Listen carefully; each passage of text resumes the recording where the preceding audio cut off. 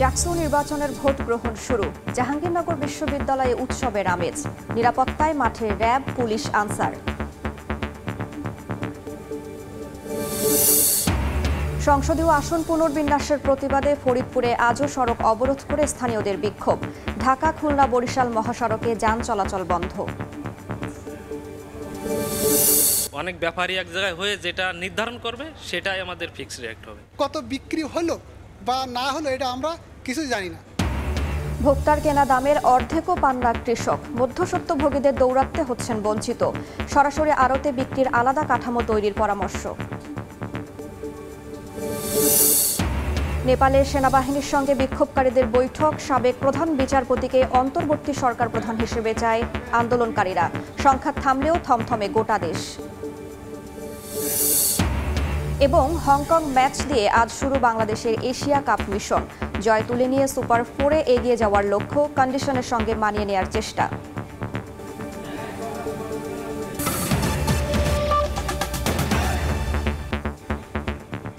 সময় সংবাদের সঙ্গে আছি আমি রাইসা জান্নাত। শুরুতেই জাকসু নির্বাচনের খবর।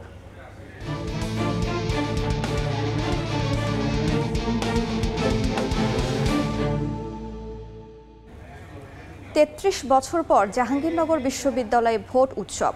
সকাল ৯টা থেকে শুরু হয়েছে জাকসু নির্বাচনের ভোট গ্রহণ। চলবে বিকেল ৫টা পর্যন্ত। এবার কেন্দ্রীয় সংসদে ২৫ পদে লড়ছেন ১৭৭ জন। হল সংসদে প্রতিদ্বন্দ্বিতা করছেন ৪৪৫ জন। কেন্দ্রীয় সংসদে ভিপি পদে ৯ এবং জিএস পদে লড়ছেন ৮ জন। তবে শেষ মুহূর্তে জিএস পদ থেকে সরে দাঁড়িয়েছেন একজন স্বতন্ত্র প্রার্থী। জাকসু নির্বাচনে মোট ভোটার ১১,৯১৯ জন। ভোটারের ৪৮.৮% ছাত্রী। নির্বাচন কমিশনের তথ্য মতে জাকসু নির্বাচনে ২১টি কেন্দ্রে বসানো হয়েছে ২২৪টি বুথ। ক্যাম্পাস জুড়ে নিরাপত্তার দায়িত্বে পুলিশের পাশাপাশি আছে র্যাব ও আনসার সদস্য।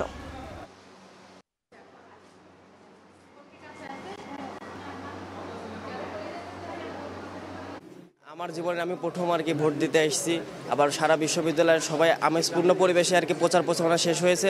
আশা রাখছি আমেজপূর্ণ পরিবেশেই আবার বিশ্ববিদ্যালয়ের সকল ভোট সুষ্ঠুভাবে আর কি সম্পূর্ণ হবে। আমাদের ক্যাম্পাসে আসলে বহিরাগত যারা এবং এমনকি সাবেক শিক্ষার্থী যারা, তাদের এন্ট্রান্সটা রেস্ট্রিক্টেড, কিন্তু দেখা যাচ্ছে যে কিছু কিছু জায়গায় আসলে তাদের অবাধ বিচরণ দেখা যাচ্ছে। সো এটি যদি প্রশাসন খুব ভালোভাবে ডিল করতে পারে এবং আইন শৃঙ্খলা বাহিনী সহ প্রশাসনে যারা আছে তারা যদি ভালোভাবে এটি সমন্বয় করতে পারে, তাহলে আমি মনে করি যে ৩৩ বছর পর এই নির্বাচন অনুষ্ঠিত হলেও এটি একটি ইতিহাস বা মাইল ফলক হয়ে থাকবে। এই জাকসু নির্বাচনের মাধ্যমে শিক্ষার্থীরা গণতন্ত্রের প্রতি যে সবার একটা আকাঙ্ক্ষা, আগ্রহ, সেটার প্রতিফলন দেখতে পাচ্ছে।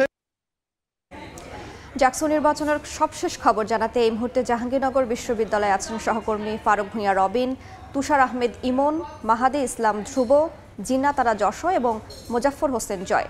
সরাসরি প্রথমেই যাচ্ছি ধ্রুবর কাছে। জাহাঙ্গীরনগর বিশ্ববিদ্যালয়ের জন্য এক ঐতিহাসিক ৩৩ বছরের অবসান কাটিয়ে আজ জাহাঙ্গীরনগর অনুষ্ঠিত হচ্ছে জাকসু নির্বাচন। এই মুহূর্তে আমি আছি সালাম বরকত হলে এবং এই হলের ভোটার সংখ্যা 293 এবং তাদের ভোট কেন্দ্রে তারা ভোট দিচ্ছেন এবং এই কেন্দ্রে আমরা দেখতে পাচ্ছি তাদের ভোট গ্রহণ সম্পন্ন করছেন। একটু বলে রাখা ভালো যে আজকে সকাল ৯টা থেকে এই ভোট গ্রহণ শুরু হয়, কিন্তু ৯টার কিছু আগে ব্যালট পেপার গুলো ভোট কেন্দ্রে আসে। এর জন্য এই বিশ্ববিদ্যালয়ের শিক্ষার্থীদের আসলে সকালবেলা একটু উপস্থিতি কিছুটা কম লক্ষ্য করা যাচ্ছে। তবে আশা করা যায় যে বেলা বাড়ার সঙ্গে সঙ্গে শিক্ষার্থীদের ভোটারদের পদচারণা আরো মুখরিত হবে কেন্দ্রগুলো। তারা নিজ নিজ হলেই কিন্তু তারা তাদের ভোটাধিকার সম্পন্ন করছেন। যারা হলের শিক্ষার্থী, যারা ভোটারদের পদচারণা আরো মুখরিত হবে কেন্দ্রগুলো, তারা নিজ নিজ হলেই কিন্তু তারা তাদের ভোটাধিকার সম্পন্ন করছেন। যারা হলের শিক্ষার্থী, যারা আবাসিক হলে থাকছেন, সেই শিক্ষার্থীগুলো কিন্তু সকাল থেকে তারা চেষ্টা করছেন ৯টার পর থেকে ভোট দেওয়ার। অনাবাসিক শিক্ষার্থী যারা রয়েছেন, যারা ঢাকা থেকে আসবেন, তারা হয়তো ধীরে ধীরে আসা শুরু করবেন। তো আমরা দেখতে পাচ্ছি যে সালাম বরকত হলে কিন্তু ভোট কার্যক্রম চলছে এবং আমরা দেখতে পাচ্ছি যে সকালবেলা কিন্তু প্রার্থীরা তাদের নিজস্ব এজেন্ট এই কেন্দ্রগুলোতে দিয়েছে। আমরা দেখতে পাচ্ছি যে এজেন্টরা কিন্তু বসে আছে তাদের ভোট কেন্দ্রে, তাদের ভোট কার্যক্রম সুষ্ঠুভাবে হচ্ছে কিনা সেই বিষয়টি তদারকির জন্য কিন্তু প্রত্যেকটি প্যানেল থেকে একজন একজন করে এজেন্ট নিয়োগ করা হয়েছে। একই সঙ্গে যারা স্বতন্ত্র নির্বাচন করছেন তাদেরও কিন্তু এজেন্ট এখানে বসে নির্বাচনের কার্যক্রম পর্যবেক্ষণ করছেন।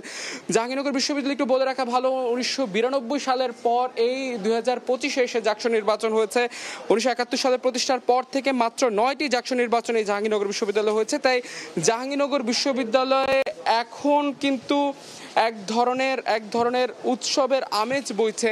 একই সঙ্গে আপনারা দেখতে পাচ্ছেন যে এই হলের শিক্ষার্থীদের মধ্যে এক ধরনের উচ্ছ্বাস কাজ করছে। যদিও ভোটার উপস্থিতি কিছুটা কম, তবে যেটা প্রত্যাশা করা যাচ্ছে যে বেলা বাড়ার সঙ্গে সঙ্গে কিন্তু এই ভোটার উপস্থিতি আরও বাড়বে জাহাঙ্গীরনগর বিশ্ববিদ্যালয়ের হলগুলো। তো এই ছিল সালাম বরকত হল থেকে আমার কাছে থাকা সবশেষ। জাহাঙ্গীরনগরের অপর প্রান্তে রয়েছেন আমাদের সহকর্মী তুষার ইমন। নতুন হলগুলোতে ভোটার সংখ্যা যেহেতু বেশি, আমরা তুষারের কাছ থেকে জানবো সেখানে সবশেষ পরিস্থিতি কি। তুষার, আমি এই মুহূর্তে দাঁড়িয়ে আছি জাহাঙ্গীরনগর বিশ্ববিদ্যালয়ের শহীদ তাজউদ্দিন আহমদ হলে। সকাল থেকেই কিন্তু উৎসব মুখর এবং জমজমাট পরিবেশে কিন্তু এই হলে ভোটাররা ভোট দিতে আসছেন এবং ইতোমধ্যেই ভোটারদের সারি পড়ে গেছে এবং তারা উৎসব মুখর এবং আমেজের সাথে ভোট দিচ্ছেন সবাই। আমরা যদি একটু খেয়াল করি যে শহীদ তাজউদ্দিন আহমদ হলের ক্যান্টিনে আসলে ভোট গ্রহণ কেন্দ্র স্থাপন করা হয়েছে এবং এখানে কিন্তু একটি বিশেষ মনিটরিং টিম রাখা হয়েছে এবং তারা কিন্তু পুরো প্রক্রিয়াটি আসলে মনিটরিং করছেন কয়েকজন বসে এই মনিটরিং টিমটি। এবং মনিটরিং টিম এর ঠিক পাশেই পোলিং অফিসাররা বসেছেন এবং আমাদেরকে প্রধান নির্বাচন কমিশনার জানিয়েছিলেন যে প্রত্যেক হলে অর্থাৎ 21টি হলে 3 জন করে পোলিং অফিসার নিয়োজিত থাকবেন। তবে যেই হলগুলোতে ছাত্র সংখ্যা বেশি সেখানে একটু পোলিং অফিসার বেশি থাকবেন এবং সেক্ষেত্রে যেহেতু নতুন হলগুলোতে ভোটাররা বেশি এবং সেক্ষেত্রে এই হলগুলোতে 5 জন করে পোলিং অফিসার নিয়োজিত আছেন এবং 5 জন করে সহকর্মী আছেন এবং যে রিটার্নিং কর্মকর্তা আছেন। এবং এই হলগুলোতে কিন্তু এই হলে 16টি বুথ স্থাপন করা হয়েছে এবং 16টি বুথে ভোটাররা খুবই আমেজের সাথে তাদের ভোটাধিকার প্রয়োগ করছেন এবং অনেকের ক্ষেত্রে কিন্তু এই ভোটটি প্রথম, কারণ তারা অনেকে জাতীয় সংসদে অংশগ্রহণ করেনি। এই ছিল এই হল থেকে আমার কাছে সর্বশেষ। জাহাঙ্গীরনগর বিশ্ববিদ্যালয়ের রোকেয়া হলে আছেন সহকর্মী জিনাতারা যশোয়া, সর্বশেষ জানতে চলে যাচ্ছি তার কাছে। রোকেয়া হলেও সকাল 9টার পরপরই ভোট গ্রহণ শুরু হয়েছে, বলা যায় উৎসবমুখর পরিবেশে এই ভোট গ্রহণ চলছে এখনও রোকেয়া হলে।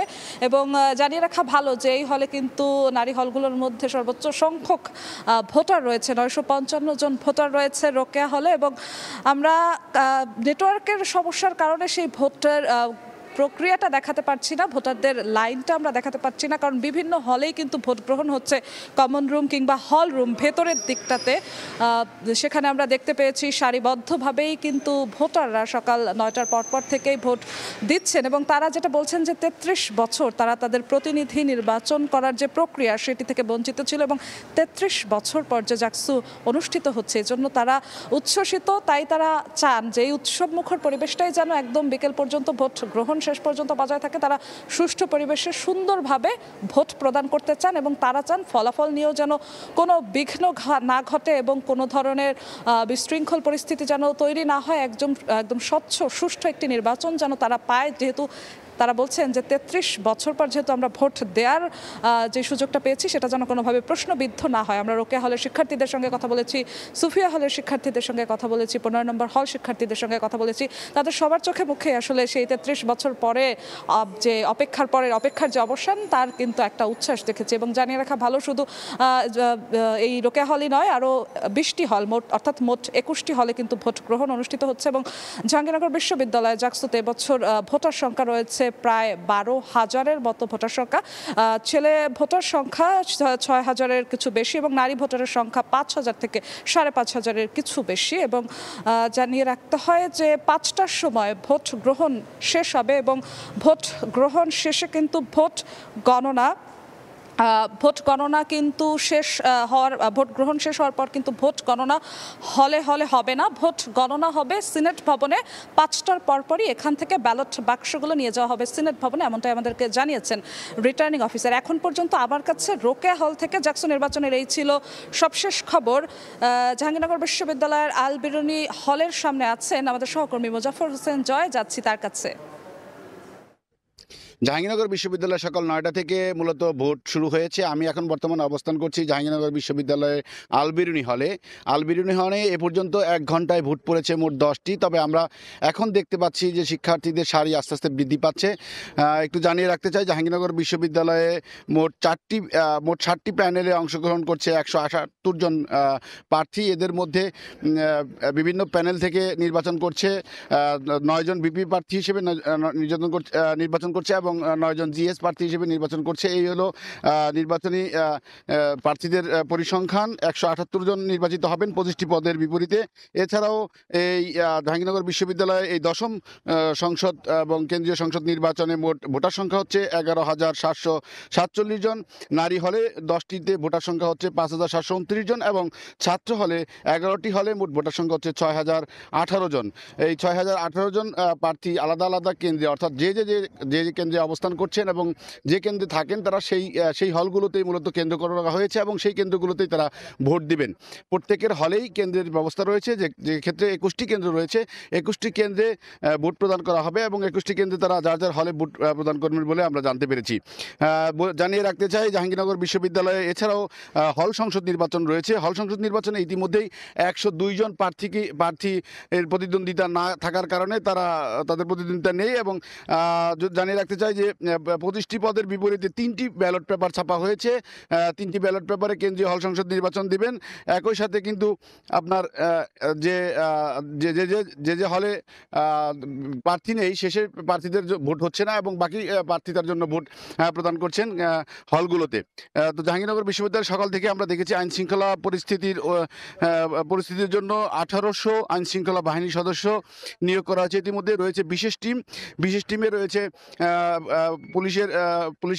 পুলিশের সদস্য সহ আপনার আনসার, বিজিবি সহ অসংখ্য সদস্য যারা আইন শৃঙ্খলা পরিস্থিতি নিয়ন্ত্রণে কাজ করবে বলে নির্বাচন কমিশন আমাদেরকে জানিয়েছেন। তো এই ছিল আমার কাছে জাহাঙ্গীরনগর বিশ্ববিদ্যালয় থেকে 10ম জাহাঙ্গীরনগর বিশ্ববিদ্যালয়ে ভোট গ্রহণ সম্পর্কে সর্বশেষ তথ্য। বিভিন্ন কেন্দ্র থেকে জাকসু নির্বাচনের খবর জানাচ্ছিলেন আমাদের সহকর্মীরা। এদিকে রাকসু নির্বাচনে প্রকাশিত প্রার্থিতার তালিকায় আপত্তি গ্রহণ ও নিষ্পত্তি আজ। পরে 13 সেপ্টেম্বর মনোনয়নপত্র প্রত্যাহার এবং 14 সেপ্টেম্বর চূড়ান্ত প্রার্থী তালিকা প্রকাশ করে নির্বাচনী প্রচারণা শুরু হবে। বিস্তারিত জানাতে রাজশাহী বিশ্ববিদ্যালয়ে আছেন সহকর্মী মওদুদ রানা, সরাসরি চলে যাচ্ছি তার কাছে। গতকাল বিকেলে রাজশাহী বিশ্ববিদ্যালয় কেন্দ্রীয় ছাত্র সংসদ, সিনেট ছাত্র প্রতিনিধি এবং হল সংসদ নির্বাচনের যে প্রাথমিক প্রার্থী তালিকা সেটি প্রকাশ করেছে রাকসু নির্বাচন কমিশন এবং সেই তালিকায় 322 জন প্রার্থী যারা মনোনয়ন জমা দিয়েছিলেন তার মধ্যে 7 জনকে সাময়িকভাবে বাতিল করেছে নির্বাচন কমিশন এবং এখন 315 জন প্রার্থী বৈধ রয়েছে। যে 7 জন প্রার্থী বাতিল হয়েছে তারা আজকে তাদের যে আপত্তি সেটি এই রাকসু নির্বাচন কমিশনে জমা দিতে পারবেন এবং সেখানে শুনানি শেষে সেটি নিষ্পত্তি করা হবে এবং হল সংসদে অন্তত 5 জন প্রার্থী যাদের বাতিল করা হয়েছে তারাও এখানে তাদের যে আপিল সেটি করতে পারবেন এবং আমরা যেটি দেখেছি সকাল 10টা থেকে সেই আপিলের কার্যক্রম শুরু হয়েছে। আমরা এখন পর্যন্ত অন্তত 3 জন প্রার্থীকে দেখতে পেয়েছি যারা এখানে এসেছেন এবং তারা আপিলের জন্য যে আবেদনপত্র সেটি রাকসু নির্বাচন কমিশনের যিনি প্রধান আছেন তার বরাবর দাখিল করেছেন এবং যে 3 জন এসেছিলেন তারা বলছেন যে কারো নামের যে বানান সেটি ভুল আছে। 2 জন জানিয়েছেন যে তাদের যারা সমর্থন করেছেন তারা স্বাক্ষর করেননি। এমন আসলে যে ছোটখাটো অসঙ্গতি ছিল সেই অসঙ্গতির কারণেই আসলে তাদের মনোনয়নপত্র বাতিল করা হয়েছিল এবং তারা আবেদনপত্র জমা দিয়েছেন এবং তারা যেটি জানিয়েছেন যে বেলা 12টার দিকে যে আবেদনপত্রগুলো জমা পড়বে সেগুলো নিয়ে শুনানি হবে এবং সেগুলো নিষ্পত্তি করা হবে। আমরা কিছুক্ষণ আগে নির্বাচন কমিশনের সাথে কথা বলছিলাম, তারা যেটি বলছেন যে হল সংসদ এবং রাকসু এবং একই সাথে সিনেট ছাত্র প্রতিনিধি সেখানে 12 জনের মতো প্রার্থী তাদের সাময়িকভাবে বাতিল করা হয়েছে। তাদের যে ছোটখাটো ত্রুটিগুলো রয়েছে, কারো ক্ষেত্রে স্বাক্ষর না থাকা, কারোর ক্ষেত্রে ব্যাংকে টাকা জমা দেওয়ার যে স্লিপ সেই পে স্লিপ না থাকা এবং কোনো ক্ষেত্রে ছবি জমা না দেয়া, সেই ত্রুটিগুলো শেষ হলে আজকেই তারা তাদের যে আপিল সেটি শেষ করবেন এবং তারা তাদের যে চূড়ান্ত প্রার্থী তালিকা তার জন্য সেই তালিকার যে চূড়ান্ত কপি সেটি আগামী 14 তারিখে তারা এখানে বিশ্ববিদ্যালয়ে জানিয়ে দিবেন এবং তারপরেই যে ভোটের প্রচারণা সেটি মূলত শুরু হবে। এই ছিল রাজশাহী বিশ্ববিদ্যালয় থেকে আমার কাছে সর্বশেষ। সরাসরি যুক্ত ছিলাম রাজশাহী বিশ্ববিদ্যালয়ে। সময় সংবাদে আরও থাকছে। যিনি ব্রিটিশের প্রাপ্ত হয়েছেন তিনি আড়াআড়ি বাদ দিয়ে রাখছেন। ভূমিদস্যুরা বা প্রভাবশালীরা দখল করে নিয়েছে। খালে বাঁধ দিয়ে মাছ চাষ, বৃষ্টির পানি নিষ্কাশনের পথ বন্ধ। 6 মাস ধরে সাতক্ষীরার আশাশুনির 12 গ্রামে জলাবদ্ধতা, দুর্ভোগ চরমে।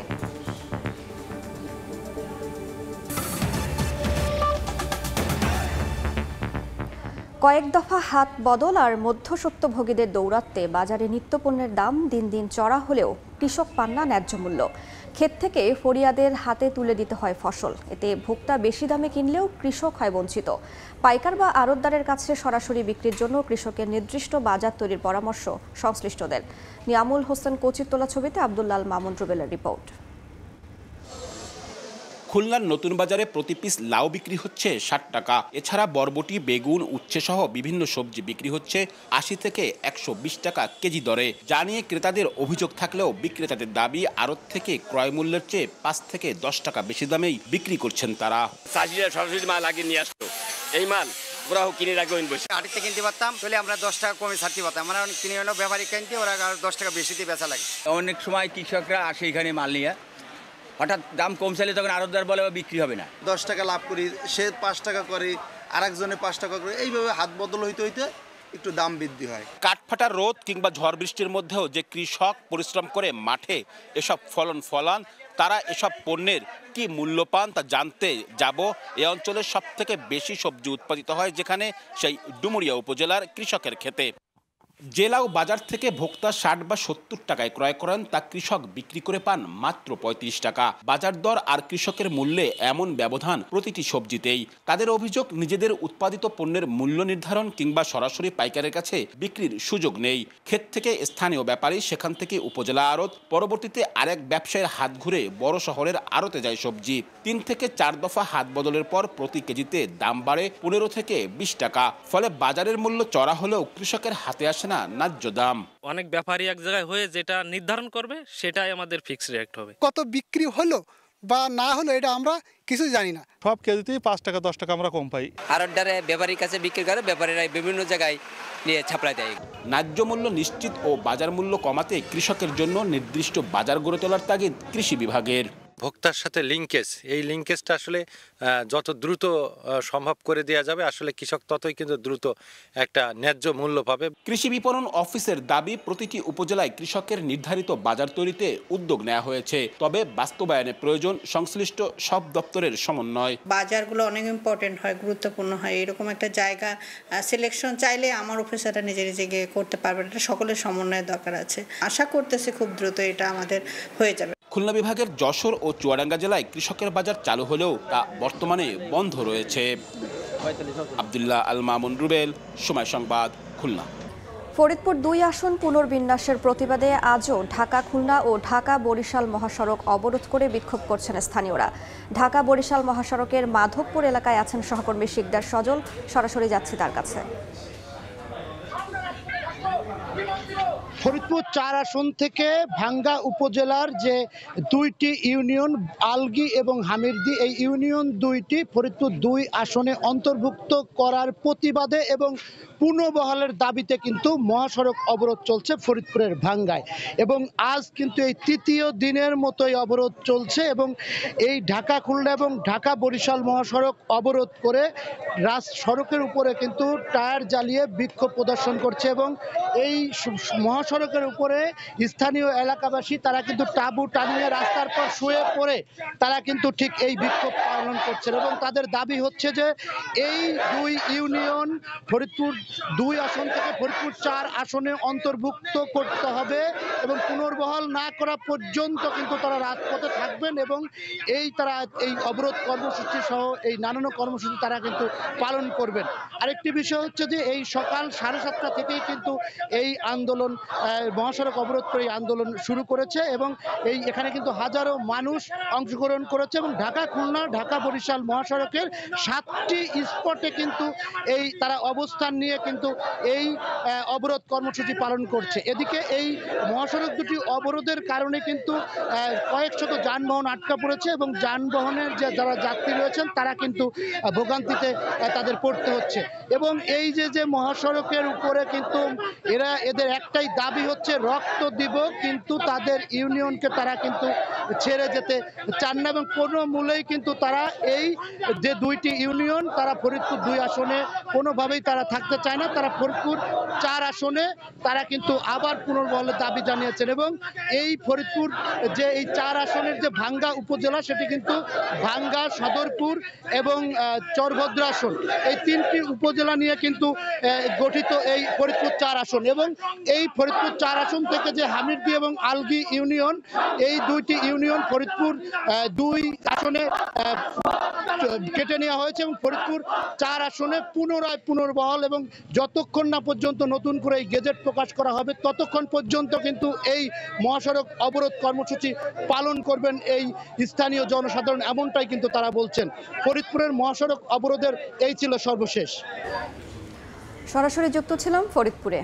কক্সবাজারের মহেশখালীতে সন্ত্রাসী ও অস্ত্রের আস্তানার সন্ধানে অভিযান চালাচ্ছে যৌথ বাহিনী। এই মুহূর্তে কালারমার ছড়া পাহাড়ি এলাকায় আছেন সহকর্মী সুজাউদ্দিন রুবেল, সরাসরি যাচ্ছি সেখানে। বিশাল বিশাল পাহাড়, এই পাহাড় কেন্দ্রিক সন্ত্রাসী এবং অস্ত্রের যে কারখানা সেটির সন্ধানে র্যাব এবং পুলিশ পুরো ব্যাটালিয়ন বলতে গেলে প্রায় 200 থেকে 250 সদস্য আইনশৃঙ্খলা বাহিনীর তারা যৌথ অভিযান শুরু করেছে। এর মধ্যে আপনারা লক্ষ্য করছেন আমরা দীর্ঘ পথ প্রায় ঘণ্টাখানিক যে মহেশখালী কালামারছড়ার প্রধান সড়ক থেকে গহীন পাহাড়ে আসতে এর মধ্যে ঘণ্টা পেরিয়ে গেছে। এখন পর্যন্ত মূল পাহাড়ে আসলে পৌঁছানো যায়নি, আরও সময় লাগতে পারে। এই যে এরই মধ্যে আপনারা দেখতে পাচ্ছেন আইনশৃঙ্খলা বাহিনী তারা অবস্থান নিয়েছে এবং ড্রোন রয়েছে। এই ড্রোনের সাহায্যে তারা আস্তানা শনাক্ত করে সেখানে অভিযান পরিচালনা করবে এমনটাই বলছে। এখানে র্যাবের যিনি অধিনায়ক রয়েছেন তিনি এসেছেন, তার পাশাপাশি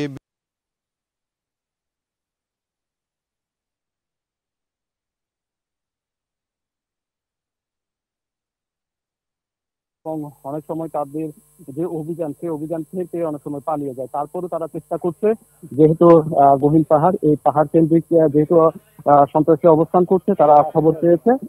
সেই খবরের মাধ্যমে কিন্তু তারা আজকে সকাল থেকে অভিযান যে প্ল্যান সেটি সাজিয়েছেন এবং তারা এখন পর্যন্ত যে পাহাড়গুলোতে অভিযান চালাবেন সেই পাহাড়গুলোতে ঘেরার জন্য আসলে কয়েক দিক থেকে প্রায় 200 থেকে 250 র্যাব এবং পুলিশ সদস্য তারা যৌথ অভিযান শুরু করেছে। তো এখন পর্যন্ত আসলে যেহেতু দীর্ঘ পাহাড়, সেই পাহাড় কেন্দ্রিক অভিযানের যে র্যাব এবং পুলিশ সদস্য তারা যৌথ অভিযান শুরু করেছে। তো এখন পর্যন্ত আসলে যেহেতু দীর্ঘ পাহাড়, সেই পাহাড় কেন্দ্রিক অভিযানের যে কার্যক্রম সেটি এখনও আমরা হাঁটতে হাঁটতে আসলে হাঁপিয়ে উঠেছি। এক প্রকার ঘণ্টাখানেক যে পাহাড়ে পৌঁছানোর যে কার্যক্রম এখন পর্যন্ত পাহাড়ে পৌঁছানো হয়েছে। তো ড্রোনের সাহায্যে অভিযান চলবে এবং আইনশৃঙ্খলা বাহিনীর সদস্যরা উপস্থিত রয়েছে পাহাড় ঘেরার জন্য। তো এই ছিল আমার কাছে মহেশখালীর কালামারছড়া থেকে সবশেষ। সরাসরি যুক্ত ছিলাম কক্সবাজারে। বগুড়ার আদমদিঘিতে 5 শিক্ষার্থীকে নিয়ে পুকুরের পানিতে ধসে পড়ল ক্লাসরুমের মেঝে। আহত শিক্ষার্থীদের উদ্ধার করে উপজেলা স্বাস্থ্য কমপ্লেক্সে প্রাথমিক চিকিৎসা দেওয়া হয়েছে। কর্তৃপক্ষ জানায় বুধবার সকাল 9:30টার দিকে বাগবাড়ি সরকারি প্রাথমিক বিদ্যালয়ের শিশু শ্রেণীর কক্ষে ঘটনাটি ঘটে। ওই কক্ষ বন্ধ করে দিয়েছে উপজেলা শিক্ষা অফিস। পুকুরের ওপর বিদ্যালয়ের কক্ষ নির্মাণ করা হয়েছিল। স্থানীয়দের অভিযোগ, 2 দফায় বিদ্যালয় কর্তৃপক্ষ 40 থেকে 50,000 টাকা বরাদ্দ পেলেও কার্যকর কোনো ব্যবস্থা নেয়নি। জাকসু নির্বাচনে ভোট দেওয়া শেষে কথা বলছেন ছাত্র শিবির সমর্থিত প্যানেলের ভিপি প্রার্থী আরিফুল্লাহ আদিব, সরাসরি যাচ্ছি সেখানে। থেকে ক্যাম্পাসে কোনো সাবেক শিক্ষার্থী থাকতে পারবে না, কিন্তু আপনারা ইতিমধ্যে লক্ষ্য করেছেন যে ক্যাম্পাসে এখন পর্যন্ত সাবেক শিক্ষার্থীদের আনাগোনা লক্ষ্য করছি। বিভিন্ন ভোট কেন্দ্রের পাশেই তাদের অবস্থান দেখতে পাচ্ছি। এই বিষয়টা আমাদেরকে একটু চিন্তার মধ্যে ফেলে দেয়। তার পাশাপাশি আরও একটা বিষয় আমি আপনাদের জানিয়ে দিতে চাই, আমাদের শহীদ সালাম বরকত হলে টোটাল ভোটার সংখ্যা 299 জন, কিন্তু ওই ভোট কেন্দ্রে টোটাল ব্যালট পেপার গিয়েছে 400টা। এই যে 101টা অতিরিক্ত ব্যালট পেপার কেন গিয়েছে সে বিষয়ে ওই ভোট কেন্দ্রে যিনি দায়িত্বে আছেন তাকে জিজ্ঞেস করা হয়েছিল 101টা অতিরিক্ত ব্যালট পেপার কেন এসেছে। তিনি সেটার কোনো যৌক্তিক ব্যাখ্যা দিতে পারেননি, বলে যে কেন এসেছে তিনি জানেন না। এ হলো বিষয়। আমরা বিশ্ববিদ্যালয় প্রশাসন যেদিন ব্যালট পেপার ছাপিয়েছে ওই দিন আমরা খবর পেয়েছিলাম বিশ্ববিদ্যালয় প্রশাসন 10% অতিরিক্ত ব্যালট পেপার ছাপিয়েছে। আমরা ওই দিনই বিশ্ববিদ্যালয়ের যে নির্বাচন কমিশন আছে ওনাদের জানিয়েছিলাম যে 10% ব্যালট পেপার অতিরিক্ত কেন। ওনারা জবাব দিয়েছিলেন যে আসলে কিছু ব্যালট পেপার হয়তো নষ্ট হয়ে যেতে পারে, এই কারণে ওনারা যুক্তি দিয়েছিলেন। কিন্তু ওই দিন আমাদের সাথে বৈঠকের পরে সিদ্ধান্ত হয়েছিল কোনো ভোট কেন্দ্রে অতিরিক্ত কোনো ব্যালট পেপার যাবে না। কিন্তু আজকে যেহেতু শহীদ সালাম বরকত হলে 101টা অতিরিক্ত ব্যালট পেপার গিয়েছে সে বিষয়টা আমাদেরকে একটু চিন্তার মধ্যে ফেলে দেয়। তার পাশাপাশি ডোপ টেস্টের একটা বিষয় ছিল যেটা গতকাল রাতেও আমরা বিশ্ববিদ্যালয় প্রশাসনের কাছে আলোচনা করেছিলাম যে বিশ্ববিদ্যালয়ে যারা নির্বাচনে অংশগ্রহণ করছেন তাদের অবশ্যই ডোপ টেস্টের প্রয়োজন। সেজন্য বিশ্ববিদ্যালয় প্রশাসন ডোপ টেস্টের আয়োজন করেছিল, কিন্তু ডোপ টেস্টের রেজাল্ট এখন পর্যন্ত নির্বাচন কমিশন প্রকাশ করেনি এবং বলা হয়েছিল যারা ডোপ টেস্টে অংশগ্রহণ করবে না বা পার্টিসিপেট করবে না তাদের রেজাল্ট বাতিল হবে। কিন্তু এখন পর্যন্ত আমরা খবর পেয়েছি অনেকেই ডোপ টেস্টে অংশগ্রহণ করেনি, কিন্তু তাদের কোনো তালিকা বিশ্ববিদ্যালয় নির্বাচন কমিশন এখন পর্যন্ত প্রকাশ করেনি। তার পাশাপাশি আমরা যারা ডোপ টেস্টে অংশগ্রহণ করেছি তাদের যে রেজাল্ট পজিটিভ নাকি নেগেটিভ এই সংক্রান্ত কোনো তালিকা বিশ্ববিদ্যালয় নির্বাচন কমিশন দেয়নি। তার পাশাপাশি পুলিং এজেন্টের বিষয়ে বলি, পুলিং এজেন্টের বিষয়ে গতকাল রাতে সিদ্ধান্ত হয়েছিল যে বিশ্ববিদ্যালয় প্রশাসনকে আমরা নির্বাচন কমিশনকে জানিয়ে জাকসু নির্বাচনে ভোট দেওয়া শেষে কথা বলছেন ছাত্র শিবিরের ভিপি প্রার্থী আরিফুল্লাহ। সরাসরি যুক্ত ছিলাম সেখানে। বক্তব্যটি পুরো শুনতে ভিজিট করুন সময় টেলিভিশনের ফেসবুক পেজে। দেশের বাইরের খবর, নেপালে বিক্ষোভকারী প্রতিনিধি ও সংশ্লিষ্ট স্টেক হোল্ডারদের সঙ্গে বৈঠক করেছেন দেশটির সেনাপ্রধান। স্থানীয় গণমাধ্যম বলছে অন্তর্বর্তী প্রধানমন্ত্রী হিসেবে সুপ্রিম কোর্টের সাবেক প্রধান বিচারপতি সুশীলা কার্কির নাম প্রস্তাব করেছেন বিক্ষোভকারীরা। 2 দিনের টানা বিক্ষোভ, সংঘাত আর রক্তপাতের পর থমথমে অবস্থা বিরাজ করছে নেপালে। প্রধানমন্ত্রীর পদত্যাগের পর মঙ্গলবার রাত থেকেই নিরাপত্তা পরিস্থিতি নিয়ন্ত্রণে মাঠে আছে সেনাবাহিনী। রাজধানী কাঠমান্ডুর জনশূন্য রাজপথে সাজোয়াজানের টহল দেখা গেছে, দোকানপাট ছিল বন্ধ। সেনাবাহিনী বলেছে বিক্ষোভ পরবর্তী পরিস্থিতি মোকাবিলা এবং সমস্যার সমাধান করতে সংশ্লিষ্ট পক্ষগুলো সমন্বয় করছে। বিক্ষোভকারীদের সঙ্গে আলোচনায় বসেছেন সেনাপ্রধান জেনারেল অশোক রাজ শিকদেল। এছাড়া তাদের সঙ্গে আলোচনা হয়েছে সুপ্রিম কোর্ট আইনজীবী সমিতির মহাসচিবেরও। অন্তর্বর্তী প্রধানমন্ত্রী হিসেবে সুপ্রিম কোর্টের সাবেক প্রধান বিচারপতি সুশীলা কার্কির নাম প্রস্তাব করেছেন বিক্ষোভকারীরা। জনগণের কাছে নৈতিক ও নিরপেক্ষ হিসেবে স্বীকৃত ব্যক্তিদের মধ্যে আমরা সর্বসম্মতভাবে সুশীলা কার্কির নাম অন্তর্বর্তী সরকার গঠনের জন্য প্রস্তাব করেছি। দুর্নীতি, বেকারত্ব আর সামাজিক যোগাযোগ মাধ্যম বন্ধ করে দেয়ায় গত কয়েকদিন বিক্ষোভে উত্তাল ছিল নেপাল। 2 দিনের সহিংস আন্দোলনের জেরে পদত্যাগ করেন প্রধানমন্ত্রী কেপি শর্মা ওলি। এরপর রাজধানী কাঠমান্ডু সহ বিভিন্ন স্থানে চালানো হয় হামলা ভাঙচুর, হতাহত হন বেশ কয়েকজন। দেশটির বেসামরিক বিমান চলাচল কর্তৃপক্ষ জানিয়েছে বুধবার থেকে চালু হয়েছে ত্রিভুবন আন্তর্জাতিক বিমানবন্দর। ফারহাদ চৌধুরী, সময় সংবাদ। রাজধানীর সিরডাপ মিলনায়তনে সুষ্ঠু নির্বাচনের প্রত্যাশা ও চ্যালেঞ্জ শীর্ষক গোল টেবিল বৈঠকে কথা বলছেন বিএনপির স্থায়ী কমিটির সদস্য সালাহুদ্দিন আহমেদ। সরাসরি যাচ্ছে সেখানে। অথবা আদমশুমারির পর হুইচেভার ইজ আর্লিয়ার বলা আছে, মানে 10 বছর ন্যূনতম থাকতে হবে। কোনো সময় হয়তো 10 বছরের পরেও আদমশুমারি হতে পারে, সেই জন্য ন্যূনতম সময়সীমা 10 বছরের মধ্যে নির্বাচনী এলাকা, সংসদীয় এলাকা ডিলিমিটেশনটা পুনরায় বিবেচনা করা হবে। এটা অবশ্যই based on the number of voters অথবা জনসংখ্যার ভিত্তিতে প্রশাসনিক অখণ্ডতা, যোগাযোগ ব্যবস্থা ইত্যাদি বিবেচনায় নিয়ে করা হয়। বলা হয়েছে এখানে একটা বিশেষজ্ঞ কমিটি নিয়োগ করা হবে সাময়িক সময়ের জন্য। এটা কনস্টিটিউশনে থাকবে, এটা আমরা সবাই এগ্রিড হয়েছি। কিন্তু এখন ডিলিমিটেশন যেহেতু হয়ে গিয়েছে, এইবার সেই আইনটা এইবার লাগছে না।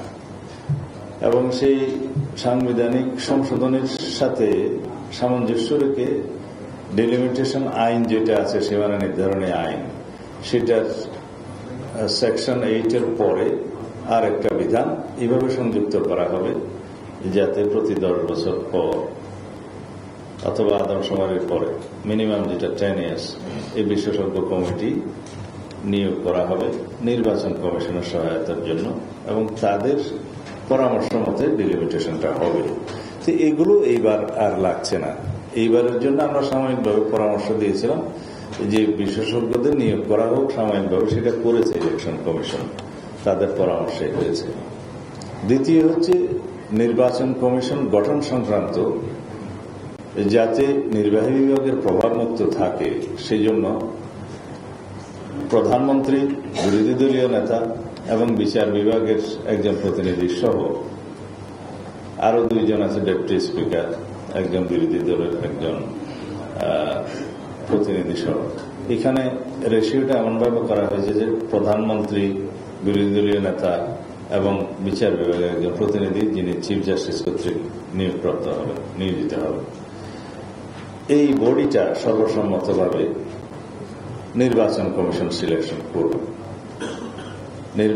প্রধান নির্বাচন কমিশনার সহ অন্যান্য নির্বাচন কমিশনারদের নিয়োগের জন্য সেক্রেটারি ফাংশনটা দিবে স্পিকার, তিনিও সদস্য, একজন ডেপুটি স্পিকার বিরোধী দলে থাকবেন। এইভাবে 5 সদস্য আমার যতটুকু মনে আছে সাজেস্ট করা হয়েছে। এই সচিবিক দায়িত্ব যখন স্পিকারের অফিস পালন করবে সারা দেশ থেকে বিএনপির স্থায়ী কমিটির সদস্য সালাউদ্দিন আহমেদের বক্তব্যের পুরো অংশ দেখতে ভিজিট করুন সময় টিভির ফেসবুক পেজে। সময় সংবাদের শীর্ষ সংবাদগুলো জানিয়ে দিচ্ছি আরও একবার। উৎসবমুখর পরিবেশে জাকসু নির্বাচন, কেন্দ্রে কেন্দ্রে ভোটারের সারি, নিরাপত্তায় র্যাব, পুলিশ, আনসার, ছাত্রদল ও শিবির প্রার্থীর পাল্টাপাল্টি অভিযোগ। সংসদীয় আসন পুনর্বিন্যাসের প্রতিবাদে তৃতীয় দিনের মতো ফরিদপুরে সড়ক অবরোধ করে বিক্ষোভ। ঢাকা, খুলনা, বরিশাল মহাসড়কে যান চলাচল বন্ধ। এবং নেপালে সেনাবাহিনীর সঙ্গে বিক্ষোভকারীদের বৈঠক, সাবেক প্রধান বিচারপতিকে অন্তর্বর্তী সরকার প্রধান হিসেবে চায় আন্দোলনকারীরা। সংখ্যা থামলেও থমথমে গোটা দেশ।